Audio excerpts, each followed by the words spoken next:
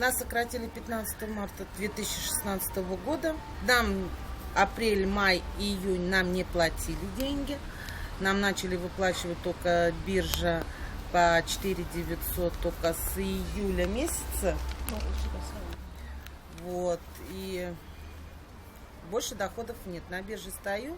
Черно по белому написано: сроки погашения задолженности по заработной плате работникам дочерних организаций АвтоВАЗ-агрегата могут быть определены только учредителям организации, согласно информации прокуратуры Самарской области. Председатель совета директоров агрегата Козлов ИВ взял обязательство погасить задолженность по заработной плате перед работниками АвтоВАЗ-агрегата и дочерних предприятий в размере определенной суммы в срок до 15 августа 2016 года.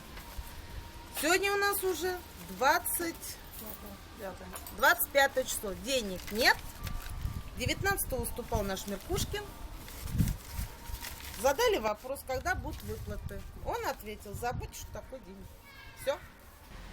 Единственное, что осталось нам напрямую в Москву и доходить конкретно именно до Путина. Встречаться конкретно с Путиным и говорить. И все остальное, что у нас творится здесь. Потому что творится у нас полное безобразие. Людей сокращает, работу не предоставляет. А губернатор наш и все депутаты говорят: у нас столетие процветания полнейшее, 100%, все хорошо, все отлично. В мае месяце этого года нам выплатили треть того, что мне, по крайней мере, выплатили треть того, что задолженности по зарплате, и на сегодняшний момент выплат никаких больше не было. Нам только обещают. У меня на руках есть судебное решение, по которому руководство завода обязано выплатить мне всю задолженность, но решение это от ноября месяца прошлого года. И по этому решению, вот говорю, только треть зарплаты выплачена, и больше никаких выплат не было. Нас кормят только обещаниями, но до сих пор ничего нам не выплачивают. Мы уже ездили повторно в прокуратуру, писали заявление.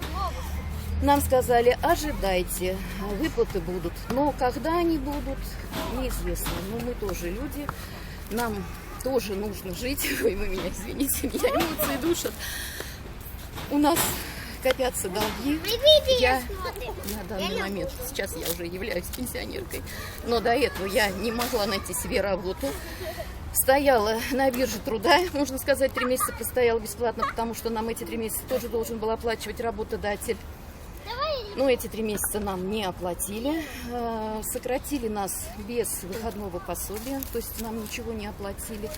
Но вот на данный момент, вот мне сейчас оформили пенсию. Сейчас я получаю пенсию, вот первую пенсию недавно получила. А когда нам дадут нашу зарплату, мы даже не знаем, к кому обратиться с этим вопросом. Что он там делает, губернатор? Зачем он тут есть вообще? Если вы Саранска сюда приехал, в Самаре что-то. Хорошо денежки он выманивал. Я по телевизору видел. Такой боярин удельного княжества. Владимир Владимирович, мы тут это устроим, мы хотим тут футбол. Ну что футбол? Вот у меня под окном футбол. Какие нету, они вот дети занимаются. Но это нормально, мода модой.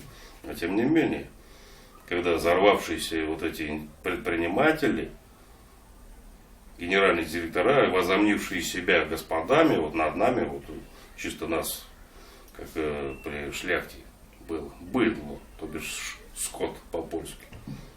Это оскорбление вот меня как личности.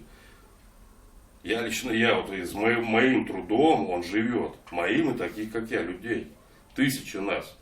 Делаем, производим для людей, стараемся и качество, и все, мы ценим это. И ценим подобных людей, крестьян мы ценим и уважаем. Хлебушек растят, молочко нам и несет. А это что такое? Да, он обязан, должен быть здесь хозяином, но не хозяин получается. Раз вот такое происходит, это беспредел, это наглое воровство, нас обворовывают, нас нагло используют для вложения своих прихотей.